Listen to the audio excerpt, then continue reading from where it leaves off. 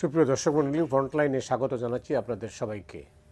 দর্শক মণ্ডলী, আমাদের সঙ্গে রয়েছেন আশরাফ কায়সার, রাজনৈতিক বিশ্লেষক, শরীফুজ্জামান শরীফ, রাজনৈতিক বিশ্লেষক। দুজনকেই আমরা স্বাগত জানাচ্ছি স্টুডিওতে। দীর্ঘ বিরতির পর অনুষ্ঠানটা শুরু হচ্ছে আবার। আশরাফ কায়সার, আপনাকে দিয়ে শুরু করব। তবে আপনি জানেন যে এখন আমরা জুলাইয়ের শেষ আর সামনে হচ্ছে আগস্ট, মাঝখানে দাঁড়িয়ে আছি।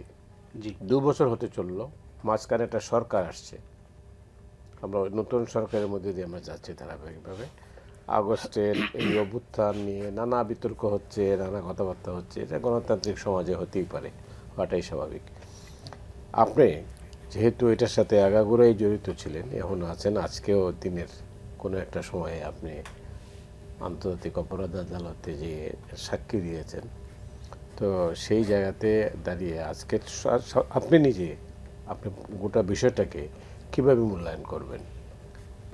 24 মাস পরে জি। আজকে যখন আমরা 2 বছরের গোড়ায়, তখন আমি বলবো যে এটি অত্যন্ত ঘটনাবহুল 24 মাস, আমাদের অনেক আশাবাদের 24 মাস এবং আমাদের ব্যাপক হতাশারও 24 মাস। আচ্ছা। কেন?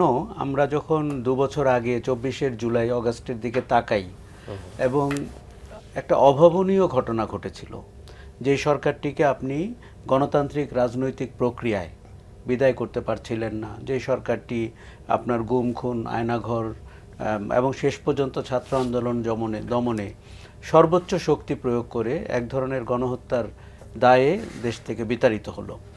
তারপরে আমরা দেখতে পেলাম যে অনেক দেশে যেমন হয়, গণ অভ্যুত্থান যারা করেন তারা পরবর্তীতে নায়ক থেকে ভিলেনে রূপান্তরিত হন।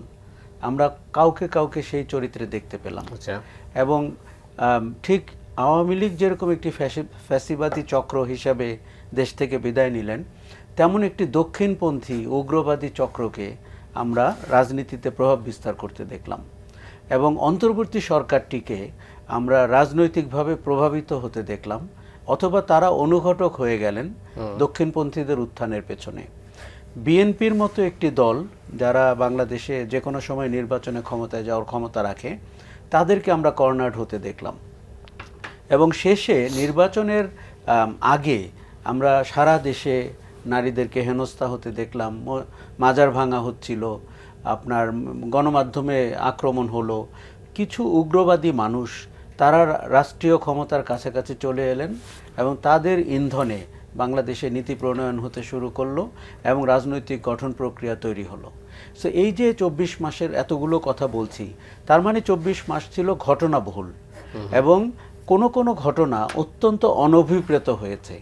আমরা 24শে জুলাইয়ে আওয়ামী লীগ এবং তার সহযোগী সংগঠন, তাদের কিছু কালচারাল ফ্যাসিস্ট, তাদের অনুগত গদি মিডিয়া, এগুলো দ্বারা আলোচনা আমাদের সীমাবদ্ধ ছিল এবং বিরোধী দল তো বিতাড়িত, ক্ষমতা থেকেও বিতাড়িত, সংসদ থেকে বিতাড়িত, রাজনীতির মাঠ থেকে অনেকখানি অনুপস্থিত।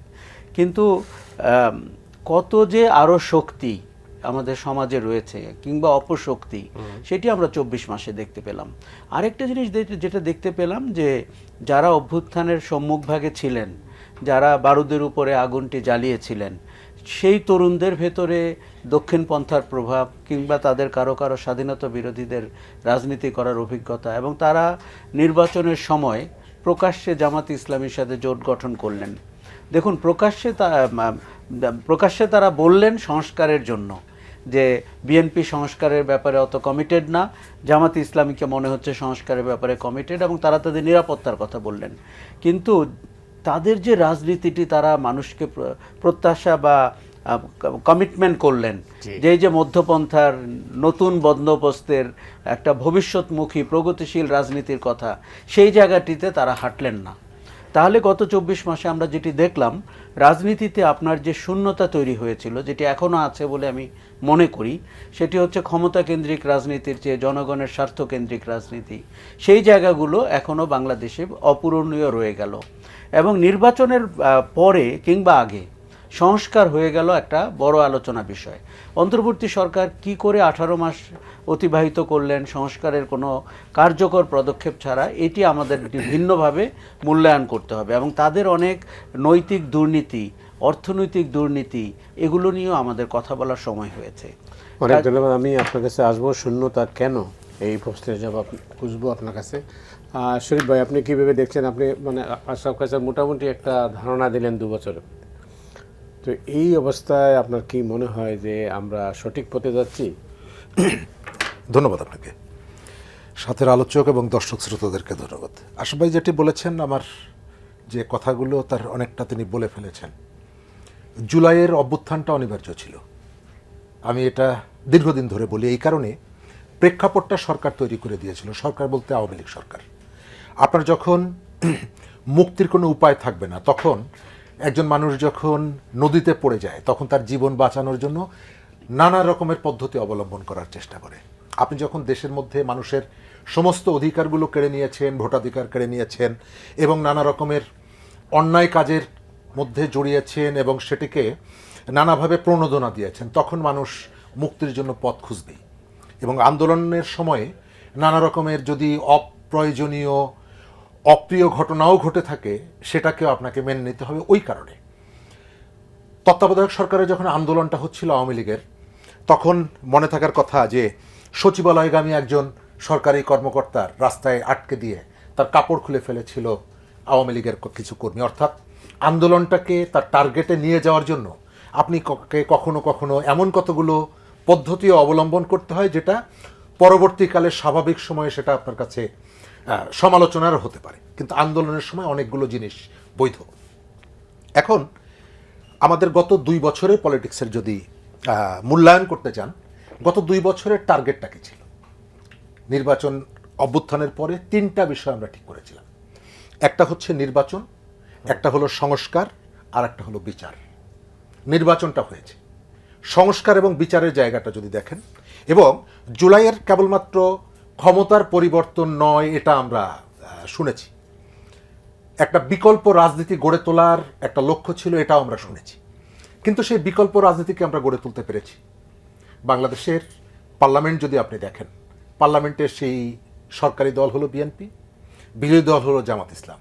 তার মানে হলো সেই পুরনো দল। নতুন জায়গাটা তাদের কাজের ভেতর থেকে প্রমাণিত হবে যে আমরা আমাদের সংস্কৃতিতে, রাজনৈতিক সংস্কৃতিতে পরিবর্তন আনলাম কিনা। এই জায়গাটা আমি যথেষ্ট অস্বচ্ছতা দেখি।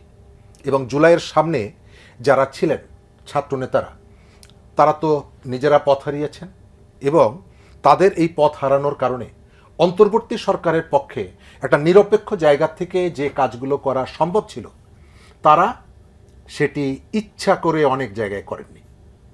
কোথাও কোথাও তাদের এরিয়ার বাইরে, তাদের কাজের বাইরে, তাদের কর্তৃত্বের বাইরে কতগুলো কাজ করেছেন, যেগুলো দীর্ঘদিন আমাদের এই সমাজকে ভোগান্তির মুখে পড়তে হবে, ভুগতে হবে। আপনি অন্তর্বর্তী সরকারে যারা দায়িত্বে ছিলেন, তারা তেমন কেউ রাজনীতিতে অভিজ্ঞতা নাই, কথাগুলো আমরা বলি। প্রশাসন চালানোর ক্ষমতা, পূর্ব অভিজ্ঞতা তাদের ছিল না, এটা বলি। কিন্তু একজন পার্সোনাল বন্ধু বলে আপনি একজনকে ডেকে এনে স্বাস্থ্য উপদেষ্টা করে ফেললেন, কই তখন তো আপনার মনে হলো না যে এই কাজটা করা ঠিক হচ্ছে না? আপনি দক্ষতা দেখাতে পারলেন না, ঠিক আছে, আপনার অভিজ্ঞতা ছিল না বলে দক্ষতা দেখাতে পারলেন না, কিন্তু ওই যে এটাকে যদি স্বজনপ্রীতি বলেন, তাহলে সেটি তো আপনি ঠিকই করেছেন। আপনি নিজের সুযোগ সুবিধাগুলো তো ঠিকই নিয়েছেন না, কিন্তু আপনি যে পথ হারানোর কথা বললেন, এটা একটা পথ হারানো, এটা কিভাবে, এটা কি ব্যাখ্যা করবেন? ওই জায়গাটায় পথ হারানোর যে জায়গাটায় আমরা আওয়ামী লীগের বিরুদ্ধে মোটা দাগের যতগুলো অভিযোগ আমাদের ছিল, সেই অভিযোগের প্রায় বেশিরভাগের পুনরাবৃত্তি আমরা পরবর্তী সরকারের কাছে দেখেছি, অন্তর্বর্তী সরকারের কাছে দেখেছি। সবথেকে বড় সর্বনাশ যেটা করা হয়েছিল গত 15 বছরে আমাদের শিক্ষা ব্যবস্থা যদি আপনি ধরেন, কারণ ছাত্ররা যেহেতু আন্দোলনটা করেছে, আমি তাদেরকে যদি ফোকাস করি, শিক্ষা ব্যবস্থা আমাদের এখানে 3য় 4র্থ শ্রেণীর প্রশ্ন ফাঁস হয়েছে টিপমনির সময়। আর ডক্টর মোহাম্মদ ইউনূস দায়িত্ব গ্রহণ করার পর এখানে অটো পাসের যে সিস্টেমটা তিনি চালু করে দিয়ে গেলেন, ওই সরকার চাইলে কি পরীক্ষাটাকে নিতে পারতো না? অবশ্যই নিতে পারতো। আপনার 100-150 শিক্ষার্থী সচিবালয় 14 তলায় উঠে গেল, কিভাবে সচিবালয় ঢুকলো এটাও আমরা জানি না। তারপরে আপনি তারা যেটা বললো আপনি মেনে নিলেন। এবার রিসেন্ট যে ঘটনাগুলো যদি দেখেন, ওই যে অটো পাস করার যে লোভ, ওই লোভ এখন পর্যন্ত শিক্ষার্থীদের মধ্যে ঢুকে আছে, এবং এটা আপনাকে অনন্তকাল বইতে হবে। কারণ এটা তো একটা উদাহরণ যে এই ধরনের একটা পরিস্থিতি আপনি দিয়েছেন। অর্থাৎ শিক্ষা ব্যবস্থাটাকে আপনি এটাকে পুনর্গঠনের যে সুযোগটা আপনার তৈরি হয়েছিল, সেই পুনর্গঠনের সুযোগটা আপনি কাজে লাগালেন না, ব্যবহার করলেন না। এই যে শিক্ষার্থীরা যাদের রক্তের উপরে আপনি গণঅভ্যুত্থানটা করলেন, এই শিক্ষার্থীদেরকে নিয়ে সরকারের পক্ষ থেকে একটা কথা কি আপনি শুনেছেন? ডক্টর মোহাম্মদ ইউনূস, তিনি নোবেলজয়ী, সারা পৃথিবীতে তিনি বক্তৃতা করেন শিক্ষার্থীদের উদ্দেশ্যে বিভিন্ন বিশ্ববিদ্যালয়ে, অথচ তার 1.5 বছরে আমাদের এই শিক্ষার্থীদেরকে তিনি একবারের জন্য বললেন না যে তোমাদের কাজ শেষ হয়েছে, তোমরা এখন পড়ার টেবিলে ফিরে যাও। এই যে ভারতের যে আন্দোলনটা হলো, তাদের নেতারা আন্দোলন যেদিন প্রত্যাহার করলেন সেদিন কি বললেন? যে তোমরা এখন পড়ার টেবিলে ফিরে যাও। আমাদের শুধুমাত্র সরকারের কথা আমি বলছি না, আমাদের যে ছাত্র নেতারা, এই ছাত্র নেতাদের কাছ থেকে গত 2 বছরে শিক্ষা সংক্রান্ত একটা বিষয়কে তাদের বক্তব্য কি আমরা শুনেছি? না। তাদের কাছ থেকে একে ধরবো, তাকে মারবো, তাকে পেটাবো, অর্থাৎ তাদের গলার স্বর, উচ্চ কণ্ঠ ভেতর থেকে তারা চেষ্টা করেছেন কেউ যাতে তাকে শ্রদ্ধা না করে, সবাই যেন তাদেরকে ভয় পায়। তাদের প্রত্যেকটা সামনের সারিতে যারা আছেন তাদের একটা অ্যাটিটিউড ছিল যে তাদেরকে মানুষ ভালোবাসুক, শ্রদ্ধা করুক, এটি তারা চাননি। তারা চেয়েছেন তাদেরকে যেন ভয় পান। এবং আপনি খেয়াল করবেন যে তাদের প্রত্যেকটা বক্তব্যের মধ্যে শক্তি প্রয়োগ। এখন পর্যন্ত একটি নির্বাচিত সরকার এসেছে, আজকেও দেখলাম রাজশাহী বিশ্ববিদ্যালয়ের জিএস তিনি কাকে কাকে ধরে তিনি লিস্ট করছেন। শিক্ষকদেরকে আওয়ামী লীগের সময় অনেক বিশ্ববিদ্যালয়ের শিক্ষক তার বেসিক পরিচয় ভুলে গিয়ে দালালি করেছে আওয়ামী লীগ। না, কিন্তু এর পেছনে নিশ্চয়ই কোনো কারণ আছে। এটার পেছনে সরকার যে ধরনের প্রত্যাশা আমাদের ছিল, বিএনপিকে কেবল বিএনপির কর্মীরা ভোট দেয়নি, বিএনপিকে ভোট দিয়েছে এখানকার ধর্মীয় সংখ্যালঘু, ক্ষুদ্র জাতিসত্তা, গরিব মানুষ, নারী, এবং তারা সবাই হেলথ কার্ড, ফ্যামিলি কার্ডের জন্য ভোট দেয়নি। তারা চেয়েছে আমরা এমন একটা দেশ, অন্তত ন্যূনতম নিরাপত্তা নিয়েই যাতে আমি এখানে বাস করতে পারি। নারী তার কাজে যাবে, অফিস করবে, তার মতন করে ঘুরবে, কিন্তু সেই অবস্থাটা নাই। সেই যে মব, সেই মব এখনো আছে। আমি ওইটা বললাম যে রাজশাহী বিশ্ববিদ্যালয়ের কোনো অধ্যাপক যদি আওয়ামী লীগের সাথে জড়িত থেকে যদি কোনো অপরাধের সাথে যুক্ত হয়, তাহলে আপনি সরকার তাকে ধরবে। ডাকসুর জিএসকে তো কেউ দায়িত্ব দেয় নাই যে আপনি তালিকা করে পুলিশের হাতে দিয়ে দেবেন, উনি তো কোনো বাহিনীর প্রধান না। তাহলে সরকার এটিকে থামাতে পারছে না কেন? আপনার চোখের সামনে সোহরাওয়ার্দী উদ্যানের মধ্যে হঠাৎ করে আমরা দেখলাম যে সেখানে একটা মাজার বসে। থামাতে চাচ্ছে কিনা এটাও তো একটা প্রশ্ন। আসল জায়গাটা আপনি যদি, আমার যেটা ধারণা যে সরকারের কতগুলো জায়গায় তার ফোকাসটাকে অন্য জায়গায় নিয়ে গেছে, এবং কারা তাকে ভোট দিয়েছে, কি উদ্দেশ্যে, সেখান থেকে সে হয়তো ভুলে গেছে। এবং পাকিস্তান থেকে আপনি রেঞ্জারদেরকে নিয়ে এসে এখানে পুলিশের দক্ষতা বাড়ানোর জন্য প্রশিক্ষণ দিতে চান। বাংলাদেশের আমার যেটা ধারণা, বিএনপিকে যারা ভোট দিয়েছে, বিএনপি দলের বাইরে তারা কেউই চায়নি যে বিএনপি ভারত থেকে নিয়ে এসে প্রশিক্ষণ দিক, এটাও চায়নি। ওই পাকিস্তান থেকে নিয়ে এসে প্রশিক্ষণ দিক, এটাও চায়নি। বাংলাদেশের মানুষ এটা করলে তো জামাতকে সে ভোট দিত। আপনি এই কাজটা কেন, জামাতের যে এজেন্ডাগুলো, সেই এজেন্ডাগুলো আপনি কেন নিয়ে আসবেন? আপনার কাঁধে টেনে নিচ্ছেন কেন? আমি যেটা দেখতে পাচ্ছি যে আমাদের যে ব্যর্থতাটা গত 1.5 বছরে, 2 বছরে আমাদের যে সম্ভাবনার জায়গাটা, ওই যেটা বললাম বিচারটা আপনি প্রপারলি করতে পারছেন না। বিচার নিয়ে কথা বলবো পরে, আপনার কাছে আসবো পরে। যেটা আপনি শূন্যতার কথা বলছিলেন, হ্যাঁ, শূন্যতাটা কেন তৈরি হলো এবং এই যে কারণে, এই শূন্যতার কারণে মূল্য তো আমাদের দিতে হবে। একটি শূন্যতা হচ্ছে রাজনীতির শূন্যতা। আপনি খেয়াল করে দেখবেন যে রাজনীতির মাঠে যে গুণগত মান বা রাজনীতির যে সংস্কার আমরা চেয়েছিলাম, আওয়ামী লীগ পচে গেছিল, আওয়ামী লীগ দুঃশাসন করেছিল, এগুলো তো একটা অংশ। কিন্তু বাইরে যারা আছেন, বিএনপি, জামায়াত ইসলামী, এনসিপি দলগুলো, তাদের রাজনীতির গুণগত মানে 24-এর ভূমিকা কী, আমরা সেখানটাতে খুব একটা পরিবর্তন দেখিনি। আমরা দেখতে পেয়েছি ক্ষমতা কেন্দ্রিক রাজনীতি। এই যে স্টুডেন্টরা ক্লাসরুমে ফিরে যাওয়া তো দূরের কথা, তারা রাজনীতিতে অংশ নিয়েছে, সেটিও ঠিক আছে, কিন্তু তারা কোন রাজনীতিটি করতে চায়? সেই ক্ষমতা কেন্দ্রিক রাজনীতিটি করতে চায়, যেখানে আওয়ামী লীগের ফেলে যাওয়া জুতায় পা দিয়ে ওই অঞ্চলের নেতা হতে চায়, সে এমপি হতে চায়, স্থানীয় সরকারের নেতা হতে চায়। এই কারণে আপনি দেখবেন গত নির্বাচনে আওয়ামী লীগের ভোট পাওয়া নিয়ে দলগুলোর মধ্যে কিন্তু প্রতিযোগিতা হয়েছে, এবং তারা এমন সব কর্মকাণ্ড করেছেন যেটি জুলাইয়ের স্পিরিটের সাথে যায় না। আচ্ছা, আমাকে এটা বিরতির জন্য থামতে হবে। দর্শক, আমরা বিরতিতে যাচ্ছি, ফিরছি খুব তাড়াতাড়ি, আমাদের সঙ্গেই থাকুন।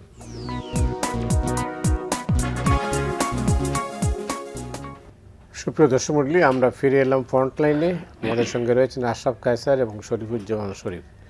আশরাফ, আপনি আপনার অসমাপ্ততা যেটা যে আমি তখন বলছিলাম যে রাজনীতির গুণগত মানের শূন্যতা। রাজনীতি আছে, দল আছে, সংসদ নির্বাচন হয়েছে, কিন্তু আপনি যদি সংসদ অধিবেশনগুলো খেয়াল করেন, সেখানকার যে আমরা পরিবর্তিত চেহারাটি দেখতে চেয়েছিলাম, 24-এর পরে যে জনগণ ঘনিষ্ঠ রাজনীতির কথাবার্তা, নীতি প্রণয়ন, আইন প্রণয়ন এবং সংস্কার, বিচার, গুরুত্বপূর্ণ আলোচনার বাইরে আমরা দেখতে পেলাম অত্যন্ত নিম্নমানের কিছু আলোচনা হয়েছে।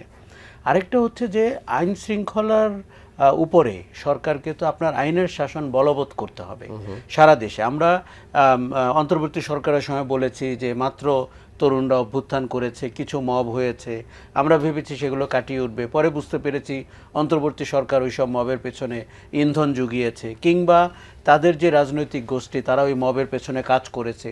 সরকার প্রশ্রয় দিয়েছে, যখন তখন যমুনায় যেত, যখন তখন সচিবালয়ে যেত, ক্যাম্পাসগুলোতে তো নিয়ন্ত্রণ ছিল না বললেই চলে।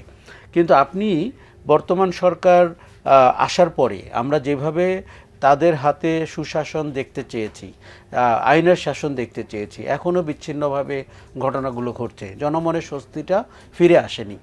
এটি একটি। আরেকটি হচ্ছে যে আপনি দ্রব্যমূল্যের দিকে তাকান, জ্বালানি সংকটের দিকে তাকান। আজকে যখন আমরা কথা বলছি 2 কিলোমিটার 3 কিলোমিটার রাস্তাও আপনার গ্যাসের জন্য গাড়ি দাঁড়িয়ে আছে। শিল্পাঞ্চলে গ্যাস নেই, মানুষের ঘরে গ্যাস নেই। আপনাকে তো এগুলোর উত্তর দিতে হবে। 2/3 মেজরিটি নিয়ে দেশ শাসন পেয়েছি এগুলো বলে আপনি উদ্বেলিত হতে পারেন, কিন্তু আপনাকে তো ডেলিভার করতে হবে জনগণের যে ন্যূনতম চাওয়া সেটি। আরেকটি জিনিস হচ্ছে অর্থনীতির অবস্থা খুব খারাপ, বিনিয়োগ আসছে না। আমরা বারবার বিনিয়োগ বললে মনে করি বিদেশি বিনিয়োগ, কিন্তু দেশি বিনিয়োগও তো হচ্ছে না। জ্বালানি এবং গ্যাস না থাকলে আপনার বিনিয়োগ হবে না।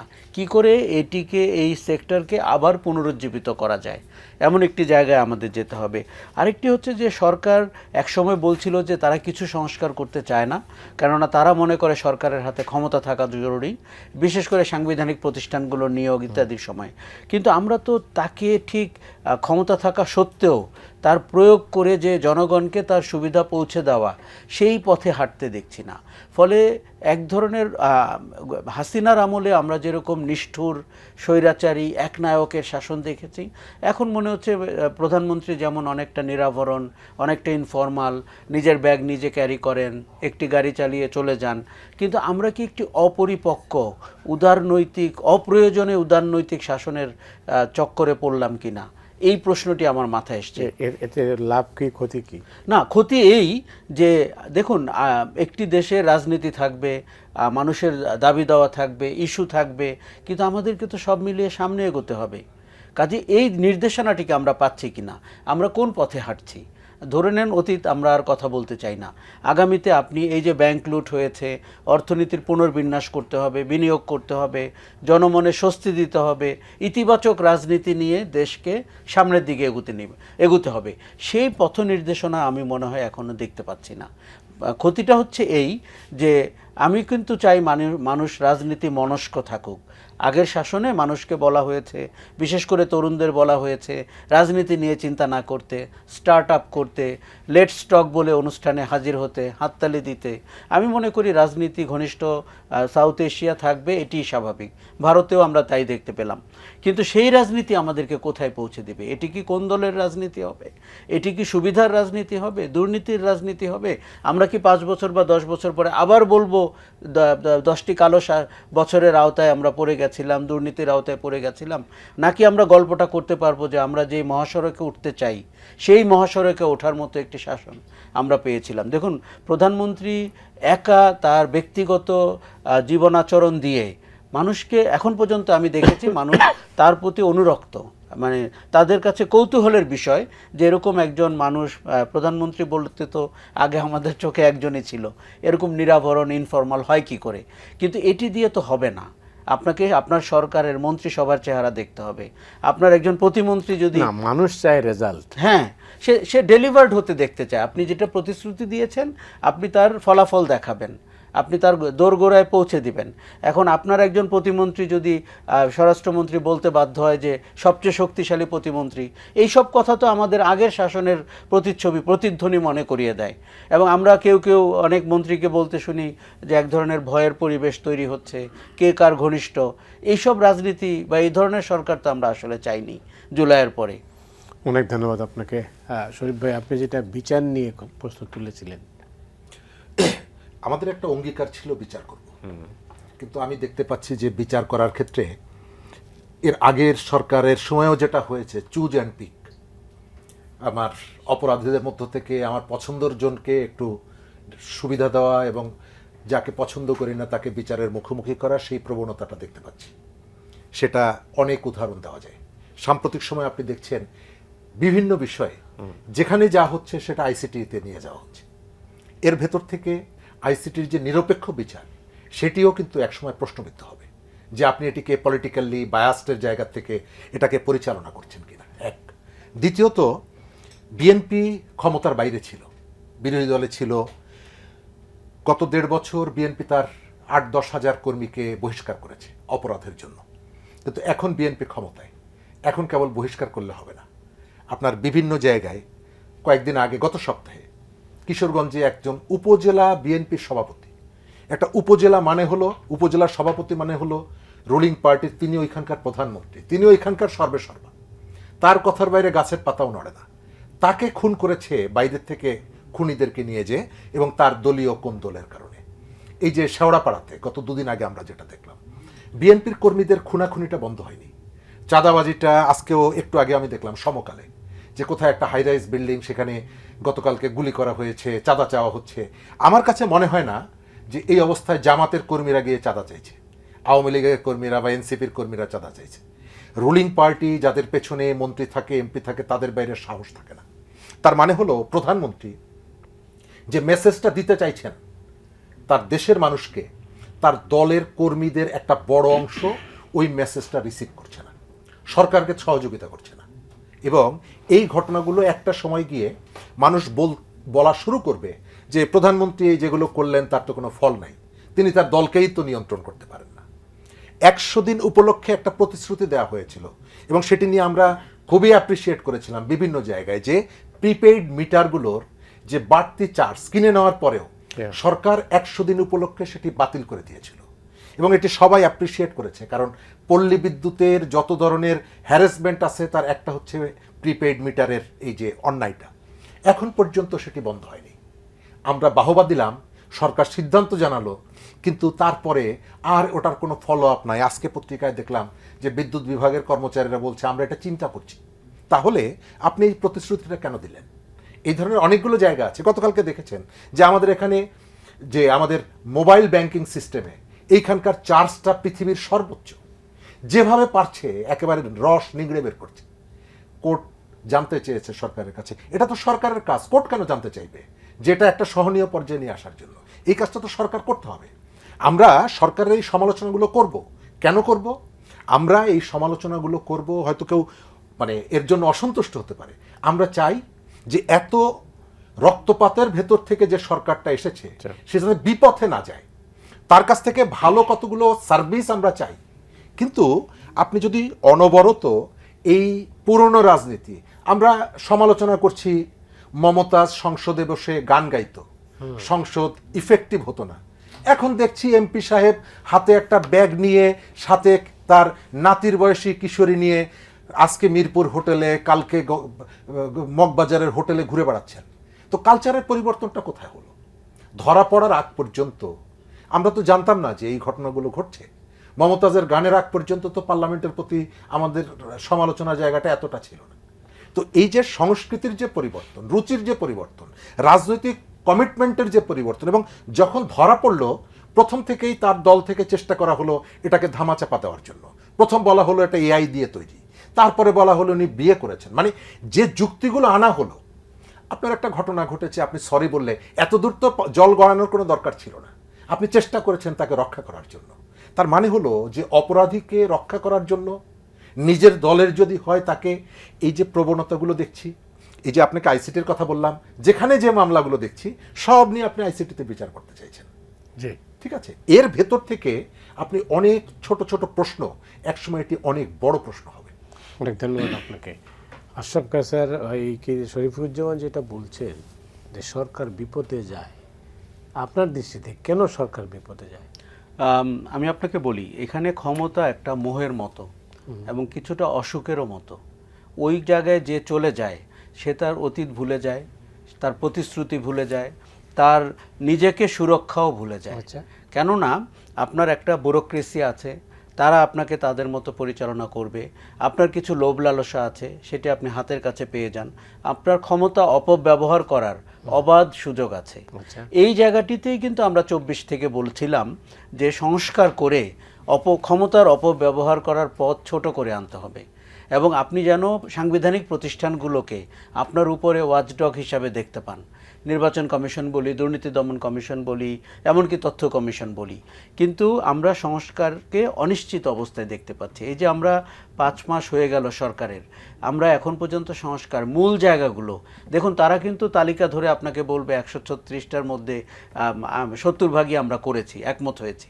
আমি তাদেরকে সাধুবাদ জানাই, কিন্তু যেই জায়গাগুলো আপনাকে করতে হবে, যেমন একটি উদাহরণ আপনাকে দেই, মানবাধিকার কমিশন বা গুম কমিশন যখন আপনি বাতিল করে দিলেন, আপনি 2 বছরের মধ্যে একটা গুমের অভিযোগ উঠল, কাদের বিরুদ্ধে? কোস্টগার্ডের বিরুদ্ধে। এবং এই অভিযোগটি আপনি চিন্তা করতে পারেন যে জুলাই অগাস্ট আসার আগেই সরকারের বিরুদ্ধে অভিযোগ উঠল। সেই কোস্টগার্ড তারা বলল যে তারা তাকে নেয়নি, আত্মীয় স্বজন বলল তারা ওই কোস্টগার্ডের অফিস পর্যন্ত গেছে, কোস্টগার্ড মোটরসাইকেলটি নিজে ফেরত দিয়ে গেছে। ঠিক পুরনো গল্প, ক্রসফায়ারের গল্প যেভাবে তৈরি হতো, গুমের গল্প যেভাবে। তার মানে কি, আপনার গুম কমিশন অথবা মানবাধিকার কমিশন শক্তিশালী হলে সরকারকে কিন্তু আমরা এই জন্য দোষারোপ করতাম না। আমরা কি করতাম? আমরা কমিশনকে বলতাম। এখন যে আইনটি তারা করতে যাচ্ছেন, তাতে করে আইন শৃঙ্খলা রক্ষাকারী বাহিনীর ব্যাপারে আপনি তদন্ত করতে পারবেন না, আপনি অভিযোগ করতে পারবেন না। কিন্তু গুম করা বা বিচার বহির্ভূত হত্যা করার সর্বময় উদাহরণ তো তাদের হাতেই। তাহলে যেটা হচ্ছে, আপনি 24-এর জনপ্রত্যাশার বাইরে যাচ্ছেন এবং আপনি দুর্নীতি দমন কমিশন থেকে শুরু করে নির্বাচন কমিশন, এমনকি আগামীতে তত্ত্বাবধায়ক সরকার কি করে নিয়োগ হবে সেই নিয়েও কোনো স্বচ্ছ ধারণা তৈরি করতে পারছেন না। তাহলে কি দাঁড়ালো? তাহলে তো একটা একেবারে অনিশ্চিত জায়গায় বাংলাদেশ হাঁটতে শুরু করলো। বেসিক কি পরিবর্তন হলো? না, পরিবর্তন যেটা হলো যে জনগণের একটি সরকার এলো, এই পরিবর্তন হয়েছে যে যারা দীর্ঘদিন রাজনীতি থেকে ছিটকে পড়েছিলেন, নির্বাচন করতে পারছিলেন না, তারা ফেরত এসছেন। পরিবর্তন এই হয়েছে, দেখুন আমি কিন্তু এত সব হতাশার পরেও, যেহেতু আমি মনে করি 24 অনিবার্য ছিল, আমার মনে হয় যে আমরা 10-এ এগিয়েছি, আরও 90 আমাদের বাকি রয়েছে। এখন কেউ যদি মনে করে থাকে যে আমাদের কথা তার প্রতিপক্ষের মতো শোনাচ্ছে, এটি তার সমস্যা। কেননা এই কথা তো বিএনপির বলার কথা, এই কথা তো জামাত ইসলামী, এনসিপি সবার বলার কথা। আমাদের ধারণা হয়েছিল যে এই সংস্কারে সবাই আরও অগ্রণী হয়ে এগিয়ে আসবেন। কেননা এই দেশে বিএনপির মতো নিষ্ঠুর নির্যাতনের শিকার কোনো রাজনৈতিক দল হয়নি। জামাত ইসলামীর মতো আপনার যেভাবে তাদেরকে ট্রিট করা হয়েছে, শেষে তাদেরকে রাজনীতি নিষিদ্ধ করা হয়েছে, তো তারা তো এগুলো জানেন। এখন জামাত বা এনসিপি যদি মনে করেন সংস্কারের দাবিটি রাজনীতির দাবি হয়ে থাকবে আগামী নির্বাচন পর্যন্ত, সেটিও তো একটি অপরাজনীতির মতো। আমার মনে হয় যে সংশোধন না সংস্কার, এই ধরনের শব্দাবলীতে বাংলাদেশ এখন বিতর্ক করার কোনো সময় নেই। আপনাকে সংস্কার বলেন, আপনি দ্বিকক্ষ বিশিষ্ট পার্লামেন্ট কি করে করবেন আপনি যদি কাঠামোগত সংস্কারের জায়গায় নিজেকে আপনি উপস্থাপিত না করেন? আরেকটা জিনিস হচ্ছে যে মানুষ এখন দেখুন, 18 মাসে প্রফেসর ইউনূসের সরকারে এমন সব তত্ত্ব এবং তথ্য কপচানো হয়েছে, এবং তারপরে মানুষগুলোর যে আসল চেহারা আমরা দেখতে পেয়েছি, যাদেরকে আমরা সুশীল, এনজিও এগুলো ভাবতাম, তারপরে মানুষ কিন্তু বীতশ্রদ্ধ। আমার ধারণা আমরা অনেক সময় দোষ দিই, কেন মানুষ অতীতকে ভালোবাসে, কেন মানুষ গুজবে কান দেয়, কেন মানুষ মনে করে অপরাধীরা ফিরে আসবে। এর সম্পূর্ণ দায় হচ্ছে বর্তমানে যারা সরকারে রয়েছেন এবং সরকারের বাইরে রয়েছেন, তাদের আচরণের কারণে মানুষ বীতশ্রদ্ধ হচ্ছে, তাদের আচরণের কারণে মানুষ হতাশ হচ্ছে। কিন্তু আশরাফ, যে ঐতিহাসিক সুযোগ আসলো 5ই আগস্টের পরে, সেই সুযোগটা তো হাতছাড়া করেছেন প্রফেসর ইউনূস। নিশ্চিতভাবেই। দেখুন, উনি আমাদের রং চয়েস ছিলেন। গণ অভ্যুত্থানের সাথে সম্পর্কহীন একজন মানুষকে আপনি অন্তর্বর্তী সরকারের প্রধান করেছিলেন। গণ অভ্যুত্থানের সাথে কোনো রকমের সম্পর্কহীন 80 ভাগ উপদেষ্টারা নিয়োগ পেয়েছিলেন এবং কেউ কেউ 5ই আগস্ট বিকেল থেকে গণ অভ্যুত্থানকে বেহাত হওয়ার জন্য যা করা দরকার সেটি করেছেন। পরবর্তী 72 ঘন্টায় সরকারটি শপথ নেওয়ার আগ পর্যন্ত আপনার গণ অভ্যুত্থান বেহাত হয়ে গেছে। আপনি ওই অভ্যুত্থানের ভেতর দিয়ে যা অর্জন করতে পারতেন ওই 3 দিনে আপনি সরকারের চেহারা, চরিত্র, ব্যক্তিবর্গ এবং তাদের কাজের ধারাটি কী হবে সেই কাজটি আমরা করতে পারিনি। আমরা তখন ক্যান্টনমেন্ট, গণভবন দৌড়াদৌড়ি করেছি, নিজের উপদেষ্টা পদটি নিশ্চিত করেছি এবং ভুল আইনি ব্যাখ্যা দিয়েছি, কিংবা আমরা আবার গণ অভ্যুত্থানকে সংবিধানের মধ্যে ধারণ করার চেষ্টা করেছি। এগুলো করতে গিয়ে দেখুন, এগুলোতে কিন্তু এই তরুণদের কোনো ভূমিকা ওই অর্থে ছিল না, কেননা তারা মিসগাইডেড হয়েছেন। তারা ওই সরকারের কোনো উপদেষ্টা দ্বারা মিসগাইডেড হয়েছেন, এমনকি প্রধান উপদেষ্টা দ্বারা, এবং সরকারের বাইরে অনেক ইন্ডিভিজুয়াল দ্বারা মিসগাইডেড হয়েছেন। এখন দায় তো তাদের নিতেই হবে, এই দায় তাদেরও রয়েছে। কিন্তু আমার মনে হয় আপনি যেটি বলছিলেন যে একটা গোল্ডেন অপরচুনিটি আমরা হারিয়েছি, এগুলো 20 বছর পর পরও আসে না, এগুলো 100 বছর পর পর আসে। আমরা পুরো রাষ্ট্রের চেহারাটি বদলাতে পারতাম।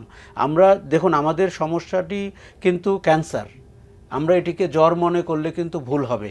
ক্যান্সারটি কীরকম? এখানে ফ্যাসিবাদী একটি শাসন মাথাচাড়া দিয়ে ওঠে, কেননা আপনার যথেষ্ট সুযোগ আছে আপনি স্বৈরাচারী হয়ে ওঠার, ফ্যাসিবাদী হয়ে ওঠার, কারো কথায় কান না দেওয়ার, বিরোধী মত শেষ করে দেওয়ার, প্রায় একদলীয় শাসন কায়েম করার।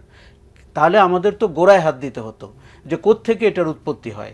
এই যে আমাদের ব্যক্তি পূজা, ব্যক্তি স্তুতি, অথবা আমরা যে দলীয় দাসের মতো আচরণ করি, এগুলো অসুস্থতা। এগুলো যে লোকগুলো করেন তারা নিজেদেরকেও একটু আয়নায় দেখতে হবে।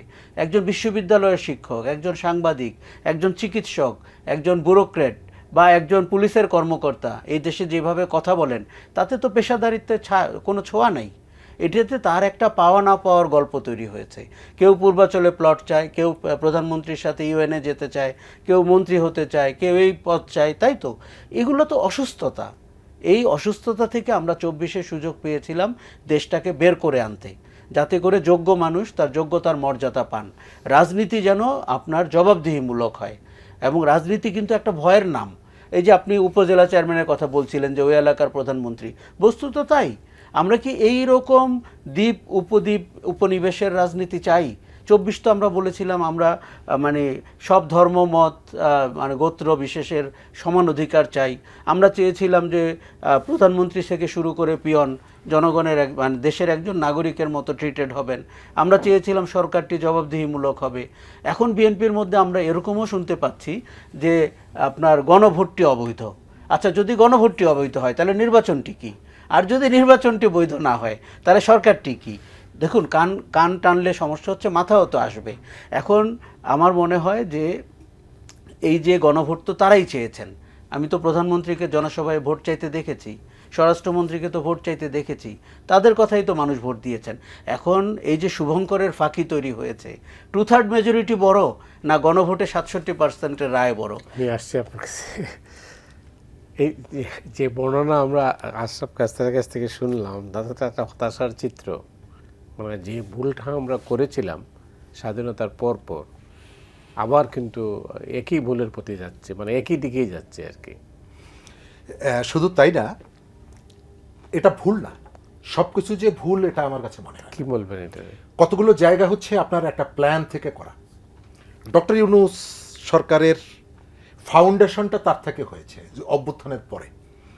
তিনি যেদিকে রাষ্ট্রটা নিতে পারতেন সেদিকে যে নেননি, এটা তার অনভিজ্ঞতার কারণে না। তার 1.5 বছরে বাংলাদেশের ব্যবসায়ীরা অনেকবার চেষ্টা করেছে তার সাথে দেখা করার জন্য, দেখা করার সুযোগ পায়নি। কিন্তু স্টারলিংকের ভাইস চেয়ারম্যান যখন বাংলাদেশে এসেছেন, তার কাজ ছিল টেলিযোগাযোগ মন্ত্রণালয়ের সঙ্গে, কিন্তু তিনি প্রধান উপদেষ্টার সাথে বৈঠক করেছেন, একসাথে ছবি তুলেছেন। কারণটা কি?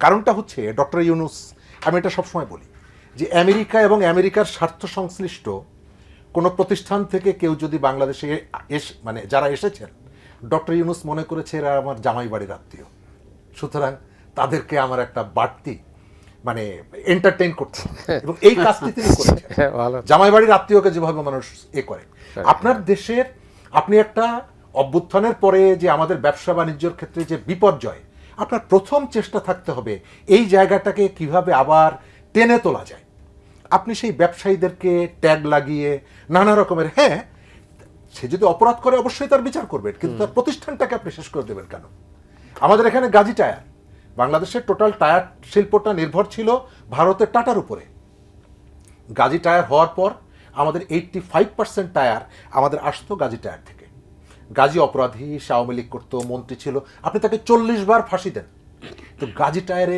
22,000 শ্রমিক কাজ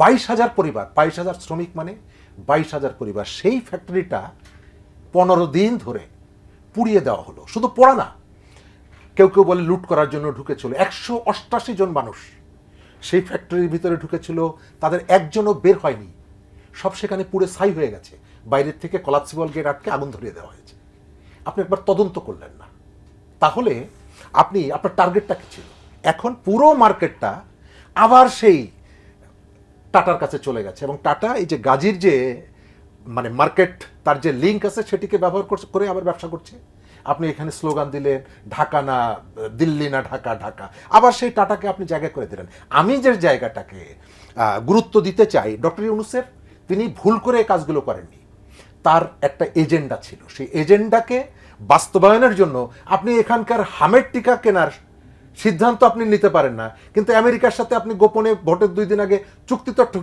করেছেন তখন তো বলেন নাই যে নির্বাচিত সরকার এসে করুক আমি 2 দিন অপেক্ষা করি কারণ হচ্ছে তাকে তিনি নিজে ব্যবহৃত হয়েছেন এবং তাকে ব্যবহার করে জিও পলিটিক্সের যে প্রভাব আমাদের এখানে ভারতের মারোয়ারিদের বিপরীতে এখানে এখন পাকিস্তানের মারোয়ারিদের ঘোরাফেরাটা বেশি আমেরিকার মারোয়ারিরা আসছে তুরস্ক থেকে আসছে যে যেভাবে পারছে তাদের এটা ব্যবহার করছে এর ভেতর থেকে লসটা যেটা হলো আমাদের যে সুযোগটা ছিল আপনি বলেন তো গণ অভ্যুত্থানের পরে রেল ভবনে আপনার 5 জন কলেজের স্টুডেন্টকে কেন বসিয়ে রাখতে হবে পাহারা দেওয়ার জন্য তারা রেলের ম্যানেজমেন্টের কি বোঝে আপনি প্রত্যেকটা সরকারি অফিসে 5 জন 10 জন করে শিক্ষার্থীদেরকে বসিয়ে দিলেন এর ভেতর থেকে প্রথমত ওই মিনিস্ট্রিকে কেন্দ্র করে একটা চক্র গড়ে তুললেন যারা হচ্ছে নানা রকমের তদবির এগুলোর সাথে এই শিক্ষার্থীদের লেখাপড়ার কথা আপনি বিবেচনা করলেন না আর প্রশাসনের প্যারালাল আপনি আর একটা প্রশাসন গড়ে তুললেন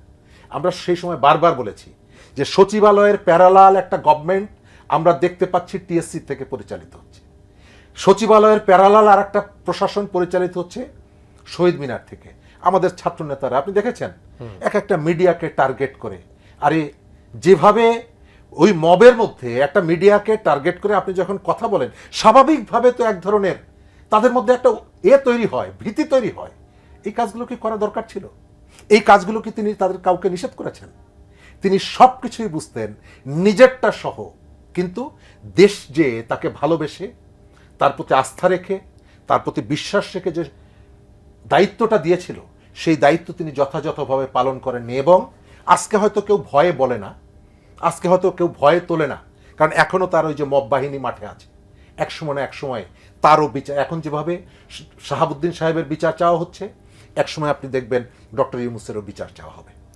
অনেক ধন্যবাদ হ্যাঁ আশরাফ খান স্যার আপনি তো মোটামুটি বিচার প্রক্রিয়ার সঙ্গে কিছুটা জড়িত হ্যাঁ গত 2 দিন আপনি আন্তর্জাতিক অপরাধ আদালতে সাক্ষ্য দিয়েছেন জি তো আপনার অভিজ্ঞতা কি আমি যে মামলায় সাক্ষ্য দিতে গিয়েছিলাম সেটা হচ্ছে ওবায়দুল কাদের বাহাউদ্দিন নাসিম আরাফাত পরশ তারপরে নিখিল সাদ্দাম এবং ইনানের মামলা এবং এই মামলাটির মূল সুরটি হচ্ছে যে গণ অভ্যুত্থানে তো মানবতা বিরোধী অপরাধ হয়েছে পুলিশ করেছে আইন শৃঙ্খলা বাহিনী করেছে কিন্তু তাদের সুপ্রিম কমান্ডার কে ছিলেন সুপ্রিম কমান্ডার শেখ হাসিনা ছিলেন এবং আপনি খেয়াল করে দেখবেন 1971 সালের সাথে 24-এর যে মিলটি আমি দেখি সেটি হচ্ছে 71-এও মিলিশিয়ারা নেমেছিল পাকিস্তানি বাহিনীর সাথে রাজাকার আলবদর আল শামস 24-এও মিলিশিয়া বাহিনী নেমেছিল আওয়ামী লীগ ছাত্রলীগ যুবলীগ স্বেচ্ছাসেবক লীগ এবং তাদের হাতে অস্ত্র ছিল তারা খুন করেছে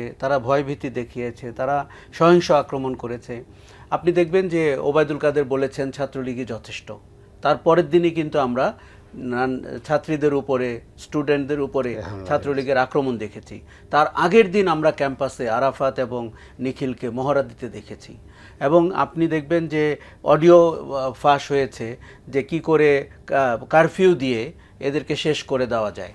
তার মানে হচ্ছে যে আওয়ামী লীগের যে সংগঠন এবং তাদের যে নেতৃবর্গ এই গণহত্যায়, গণ অভ্যুত্থান দমাতে গিয়ে তাদের সহিংসতা, তাদের দায় কতটা, এই মামলাতে আমি নিজ থেকে 1 বছর আগে সাক্ষ্য দিয়েছি এবং প্রায় 3 ঘন্টা ব্যাপী আমি আমার কথা বলার চেষ্টা করেছি।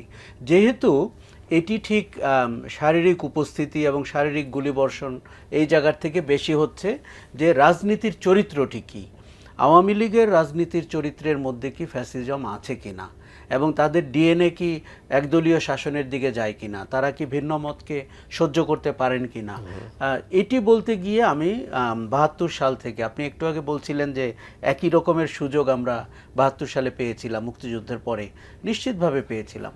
আমি তো বলবো আমাদের প্রথম সুযোগ নষ্ট হয়েছে 72 সালে। ওটি করতে গিয়ে তখন আমি দেখতে পেলাম যে 73 সালের জুন মাসে শেখ ফজলুল হক মনি, যিনি শেখ মুজিবুর রহমানের পরে আওয়ামী লীগের নেতৃত্ব নেবেন বলে ধারণা করা হতো, তিনি বলেছিলেন আমি রাজনীতিতে ভায়োলেন্সে বিশ্বাসী, বিচিত্রার সাথে সাক্ষাৎকারে। তো আমি ট্রাইব্যুনালে ওই কপিটি দিয়েছি এবং উনি পরিষ্কার বলেছেন যে তার রাজনীতির চরিত্র বা ধরনটি কী। তার মানে আওয়ামী লীগ 72-75 সময়ে দেখিয়েছে যে তারা কি করে তাদের দলীয় নেতাকর্মীকে, এই যে আজকে আমরা বলছি প্রফেসর ইউনূস বাংলাদেশের শিল্পকে এগোতে দেয়নি, একদমই ঠিক, কিন্তু 72 সালে কি হলো? জাতীয়করণ করা হলো। এই যে উদীয়মান প্রাইভেট সেক্টরকে স্তব্ধ করে লাল বাহিনী, মুজিব বাহিনী, জয় বাংলা বাহিনী, শ্রমিক লীগ এদেরকে বসিয়ে দেওয়া হলো বিভিন্ন জায়গায়। তার মানে আপনি অর্থনীতিকে স্থবির করলেন, তারপরে আপনি একদলীয় শাসন কায়েম করলেন, বাকশাল কায়েম করলেন, আপনি 4টি পত্রিকা রেখে সব পত্রিকা বন্ধ করে দিলেন। এই যে ধীরে ধীরে বাংলাদেশ একটা দমবন্ধ পরিস্থিতি হলো, এই বর্ণনাটি আমি ট্রাইব্যুনালে দিয়েছি। আমি খুব খুশি যে তারা আমার বক্তব্য শুনেছেন ঘণ্টাব্যাপী। ওখানে ডিফেন্স লয়ার ছিলেন যা রাষ্ট্র নিয়োজিত, তারা জেরা করেছেন, তাদের ভিন্নমত। আমি একটি বই লিখেছি বাংলাদেশে রাজনৈতিক হত্যাকাণ্ড নিয়ে প্রায় 30 বছর আগে, মানে এই ঠিক 24-এর আগে, আশেপাশে না। সেই বই থেকে আমি অনেক কিছু তাদেরকে বলার চেষ্টা করেছি 72-75 সময়। অন্যান্য রাজনৈতিক পরিস্থিতি নিয়েও ওই বইতে আছে, কিন্তু যেহেতু এই মামলাটি বিশেষ করে এই 7 জন ব্যক্তির উপরে, আমার বর্ণনা ছিল তার ছায়া কি আমরা দেখতে পেয়েছি কিনা গত 15 বছরে। আমি বলেছি নিশ্চিতভাবে পেয়েছি। 72-75-এ যেরকম মুজিববাদ বলে একটি স্লোগান উঠেছিল, 15 বছরে হাসিনাবাদ বলে সেরকম একটি স্লোগান উঠেছিল। আমি কোনো ব্যক্তিকে, এমনকি তৎকালীন প্রধানমন্ত্রী শেখ হাসিনাকেও বাকশালের প্রশংসা করতে দেখেছি। তারা বলেছিলেন যে ওই পদ্ধতিটি ভালো ছিল। উনি কোনো একটি নির্বাচনের উদাহরণ দিয়ে বলেছিলেন। তারা একইভাবে অনুগত 1টি বা 2টি দল রেখে সমস্ত দলকে মাঠ থেকে বিতাড়ন করার চেষ্টা করেছেন। তারা গুম খুন আয়নাঘর করে ফ্যাসিজম কায়েম করার চেষ্টা করেছেন এবং সর্বশেষ আপনি দেখবেন যে এই 24 সালে তাদের সেই ফ্যাসিস্ট আচরণটি আমরা পরিষ্কার দেখতে পাই। একটি কথা শুধু বলি, শুধু দলীয় সংগঠনকে না, রাষ্ট্রের অন্যান্য প্রতিষ্ঠানকে তারা তাদের দলের এজেন্ডার মধ্যে নিয়ে নেন। এটি হচ্ছে আওয়ামী লীগের পরিচিতি ডিএনএর দিক থেকে। তো আমি যেটি আন্তর্জাতিক অপরাধ ট্রাইব্যুনালে গিয়ে দেখতে পেলাম, আমার মনে হয়েছে যে আমরা অনেক সময় বাইরে থেকে বলি যে কেন এত ধীর গতি হচ্ছে বিচারে, কিন্তু তারা চেষ্টা করছেন যে যতটা নিরপেক্ষতার সাথে আইন মেনে প্রফেশনালিজমের ভেতর দিয়ে এই বিচারটি করা যায়। কেননা বাইরে দেখা, আমাদের নিজ কানে শোনা কিংবা স্বচক্ষে দেখা কিংবা সামাজিক যোগাযোগ মাধ্যমে ভিডিও দেখা আর কোর্টের রুমে সেটিকে প্রমাণ করা, যেমন আমি শুনলাম অনেক আসামি বলছেন বা তাদের নিয়োজিত লয়াররা বলছেন এগুলো সব এআই। এখন তো এমপি ধরা পড়লেও এআই, সবাই প্রথমে এআই এর দোষ দেন। এটার কারণ কি? এর কারণটা হচ্ছে তারা পার পেতে চান, তারা বলতে চান যে এটি বানানো, কিন্তু 2 বছর আগের ঘটনাতে আপনি আর এটি বলে পার পাবেন না। এখন এআই পরীক্ষাগার নাও থাকতে পারে, কিন্তু তারা, আমি যেটা প্রসিকিউটরদের সাথে কথা বললাম, প্রায় 2 দিন যাওয়ার কারণে তাদের অনেকের সাথে আমার কথা হলো, তারা চেষ্টা করছেন পুলিশের যে বিশেষায়িত বিভাগ তাদেরকে এনে এই ভয়েসগুলো টেস্ট করা যায় কিনা। যেমন আমি সালমান রহমান এবং আনিসুল হককেও দেখলাম একটি কোর্টে তারা বসে আছেন। তো তারা নিয়োজিত করেছেন অনেক ভালো ভালো আইনজীবীকে, তারা যেহেতু অর্থবিত্ত রয়েছে, কিন্তু এটিকে কোর্টে প্রমাণ করতে হবে, আদালতে প্রমাণ করতে হবে যে তাদের অপরাধসমূহ কী। আমি সাক্ষী দিতে গিয়েছিলাম রাজনীতির ধরনটি বলার জন্য, আমি সাক্ষী দিতে গিয়েছিলাম বলতে যে এরকম একটি ফ্যাসিস্ট আচরণের রাজনৈতিক সংগঠন গণতান্ত্রিক রাজনীতির সাথে মানানসই কিনা। কেননা যারা ক্ষমতায় গিয়ে পরের নির্বাচনটি রুদ্ধ করে দেয়, তারপরের নির্বাচনটিকে রুদ্ধ করে দেয়, এমনকি তারপরেরটিকেও, তাহলে তো সে তো গণতান্ত্রিক নর্মসের অংশ না। এবং এরকম শক্তিকে রেখে কি বাংলাদেশ রাজনৈতিকভাবে বিকশিত হতে পারবে কিনা। অনেক ধন্যবাদ। শেষ দিকে আমরা আশরাফ কাউসারের বক্তব্য দিয়ে আপনার মন্তব্য জানতে চাচ্ছি যে এই রাজনীতি দিয়ে কি নতুন রাজনীতির কোনো নতুন রাজনীতির সম্ভাবনা তো এখানে তৈরি হয়েছিল, সেই সম্ভাবনাটা আমরা উদ্দেশ্যমূলকভাবে নষ্ট করেছি। সেই উদ্দেশ্যটা কি? সেই উদ্দেশ্য ওই যে লুটপাট, এটিকে অব্যাহত রাখা, ভিন্ন নামে ভিন্ন আচরণে। মডেল তো একই, যে এক মডেল একই, এবং সেখান থেকে আপনি দেখছেন যে খুব একটা শিক্ষা যে আমরা পাচ্ছি তা না। আমাদের এখানে আগে ফোন করে আপনারা মিডিয়ার সাথে যুক্ত নিউজ করা যেত না, এখন সাইবার অ্যাটাক হচ্ছে। মন্ত্রীর বিরুদ্ধে নিউজ হলে সাইবার অ্যাটাক হচ্ছে এবং সেটিকে করে ফেলা হচ্ছে। সব কিছু গোপালগঞ্জ কেন্দ্রিক, এখন সব কিছু বগুড়া এবং শিবগঞ্জ কেন্দ্রিক। আমি এটা অনেক জায়গায় বলেছি, আপনার বগুড়াতে কেন বিমানবন্দর করতে হবে? সৈয়দপুরে একটা বিমানবন্দর আছে, ঠিক তার পাশের জেলায়। আমি তো সেখানে কোল্ড স্টোরেজ চাই, আমি তো সেখানে ইন্ডাস্ট্রি চাই, যাতে বেকাররা কাজ পায়। কিন্তু বড় প্রকল্প মানে হচ্ছে বড় লাভ। এই যে মনস্তত্ত্ব, এই মনস্তত্ত্ব থেকে আমরা বের হতে পারিনি। আপনি আমার সাথে দেখা হলে সালাম দিচ্ছেন, আমার হাত ধরছেন, আমাকে জড়িয়ে ধরছেন, হ্যাঁ ভালো। কিন্তু আপনার যে কর্মসূচি, আপনার যে পলিটিক্স, সেই পলিটিক্স থেকে আপনাকে দেখাতে হবে যে আমরা এখানে ভিন্ন কিছু, মানুষের কল্যাণ হয় এই ধরনের কিছু আমরা এখানে ইন্ট্রোডিউস করতে চাচ্ছি। কিন্তু সেটি আমি এখন পর্যন্ত আস্থা রাখার মতন দেখছি না। অনেক অনেক ধন্যবাদ আপনাকে শরীফুজ্জামান শরীফ। আশরাফ কাউসার, আপনাকে অনেক ধন্যবাদ। হাতে একেবারেই সময় নেই, অনেক ধন্যবাদ। ভবিষ্যতে আপনার বক্তব্য আমরা শুনবো নিশ্চিত। দর্শক, আপনারা যারা এই অনুষ্ঠান দেখলেন, আপনাদের সবাইকে ধন্যবাদ জানিয়ে আজকের মধ্যে এখানে বিদায় নিচ্ছি।